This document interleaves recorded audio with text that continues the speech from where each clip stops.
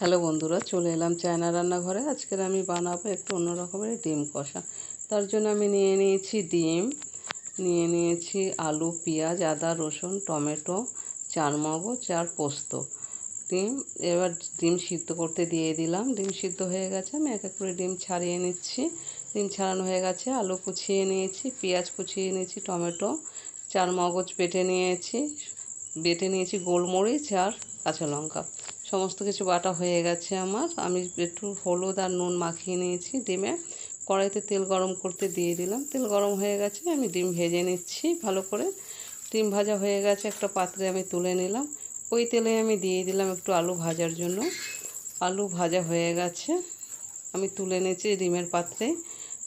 এবার দিয়ে দিচ্ছি ওই তেলের ভেতরে গোটা গরম মশলা, তেজপাতা দিয়ে আমি পেঁয়াজ কুচানো দিয়ে দিলাম।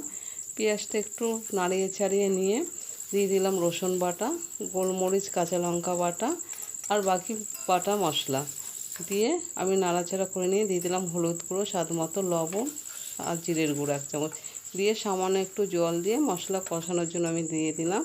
মশলা কষে গেছে, এবার আমি দিয়ে দিলাম ডিম আর আলু দিয়ে সামান্য একটু জল দিয়ে আমি বাকি আলুটুকু সিদ্ধ হওয়ার জন্য রেখে দিলাম। আমার সিদ্ধ হয়ে গেছে আলু। দিয়ে দিলাম একটু গরম মশলা দিয়ে আমার রান্না কমপ্লিট। তোমরা অবশ্যই বাড়িতে বানিয়ে খাবে। যদি ভালো লাগে আমাকে কমেন্টে জানিও। আমার চ্যানেলটিকে সাবস্ক্রাইব করে লাইক শেয়ার করে দিও।